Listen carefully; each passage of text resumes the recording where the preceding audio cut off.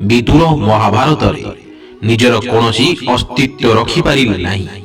एपरिकी विदुर कुरुक्षेत्र युद्ध करिबा पई मना करि देइथिले, किंतु तांको मृत्यु पूर्वरु निजर शेष इच्छा श्रीकृष्ण को कहिथिले। से श्रीकृष्ण को कहिथिले, प्रभु पृथ्वी पृष्ठरे एते भयंकर युद्ध देखि मोर आत्मा आत्मग्लानी अनुभव हेउची। मोर शेष इच्छा हेउची मोर मृत्यु परे मु निज शरीरर गोटिए अंश मध्य एही पृथ्वी उपरे छाड़िकी जीवा पई चाहू नाही।